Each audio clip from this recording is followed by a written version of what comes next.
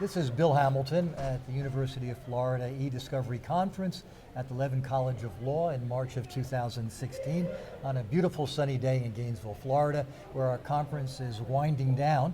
Before we wind down though, I've got as a guest with me for our short story booth session, United States Magistrate Judge Bill Matthewman. Welcome, Bill. Good to see you, Bill. How are you today? I'm just great, thanks. Good. Bill and I go way back. Believe it or not, we were in the same class here at the University of Florida. I'm not going to mention the year. It was a while ago. For both of us. But it's great to see you again. And Good to see you too. We both practiced down in Miami for a while. That's right. So we've kept in touch on and off during our careers. That's right. Here we go at it again. Yep. I wanted to talk to you a little bit about e-discovery and some of the experiences you're having in your courtroom in West Palm Beach. One of the issues that's really been big in electronic discovery since I've been involved in it, which goes back more than 10 years now, has been cooperation. You know, the Sedona Conference has issued the Sedona Cooperation Proclamation, and attorneys have struggled with that in a culture that kind of you and I might have been touched on a little bit when we were going through law school, which is, you know, my lawyer can beat up your lawyer culture, and that discovery is something to resist, not to engage in.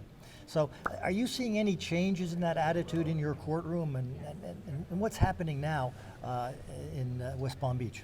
Well, we're trying to encourage those changes because we find that when the lawyers cooperate and act professionally in the discovery process, things move along much quicker. And sort of the old norm of one lawyer asking for every possible shred of document and item that could anyway be in any tangentially related to the issue, and the other side lodging numerous objections and trying to put up roadblocks to producing, I think that needs to go the way of the dinosaur. I think that the new norm is, and what we're requiring in federal court, is that the lawyers really cooperate in good faith, talk to each other, meet with each other, utilize ESI experts if they need to, and really get a dialogue going where they can make the process more cooperative and really assist in producing the discovery rather than contesting or fighting the discovery. Yeah, I think when we started practicing, the Rule 26F conference was more of a drive-by experience. Yes. You know, now you're right. I mean, we, and here when we're teaching e-discovery at the University of Florida Levin College of Law, you know, we focus on each one of the blocks on the EDRM, which really need to be discussed at the Rule 26F conference. Right, and we require just in any discovery dispute, not just email conferral, but really personal conferral, either in person or over the telephone, so that really the discussion gets to the point and is not an email discussion which can get into posturing as opposed to good faith discussion.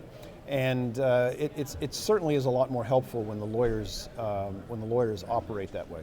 Yeah, you know, we have a presumption in the practice of law that attorneys that go into a courtroom are competent. Yes. But you must have situations arise where you're thinking to yourself, this one attorney on one side seems to know what they're talking about in e-discovery, and the other side doesn't seem quite so competent.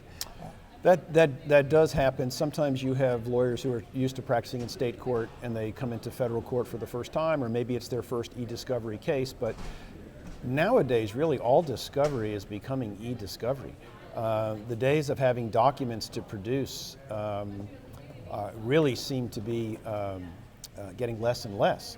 It always now seems to be e-discovery, seems to be emails, documents on computers, text messages, instant messaging, all those types of things which are taking prominence. So you really have to be up to date on e-discovery, otherwise you're not up to date on discovery.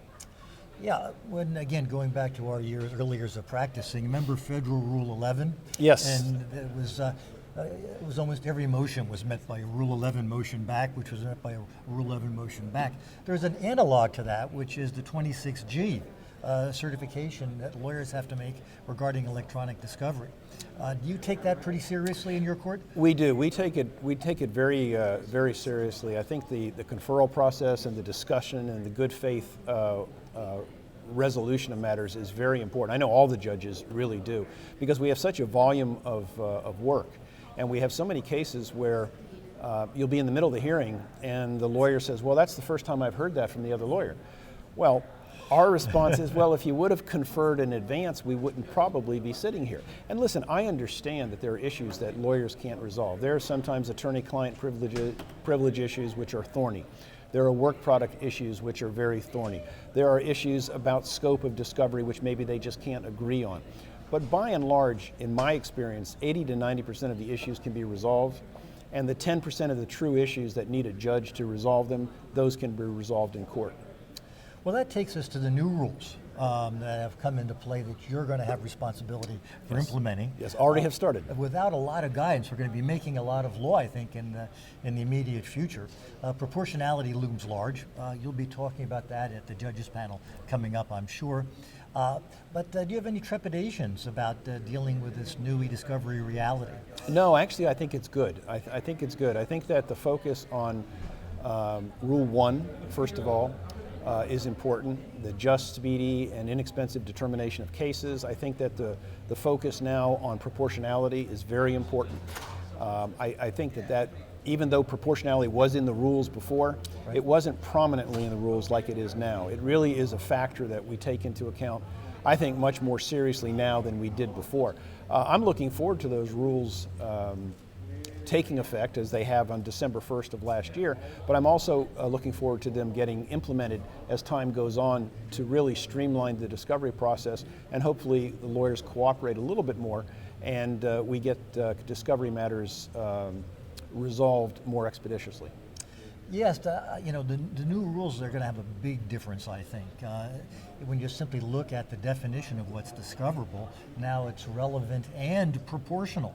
So in the past, when it was buried down, I think, in B3, it didn't have the impact I don't think it's going to have now. Right, and it has to be relevant to the claim or the defense and proportional. Right. And those are important factors which will limit it down, because my feeling in any hearing is I want to give the plaintiff what they need to prove their case. And I want to have the defendant get what they need to present their defense. But I don't want to get into the extraneous, irrelevant materials that are going to cost the clients on each side, the parties on each side, thousands, hundreds of thousands of dollars to produce when it's never going to be used. It's never going to be relevant. So the secret really is to try and get to the nub of the evidence, the discovery, which is relevant to a claim or a defense, and try to not go into the weeds well beyond that. This is Bill Hamilton at the University of Florida e-Discovery Conference with Judge William Matthewman from the Southern District of Florida. Thank you very much, Judge. All right, thank you. Good seeing you again, Bill. Good seeing you too. All right.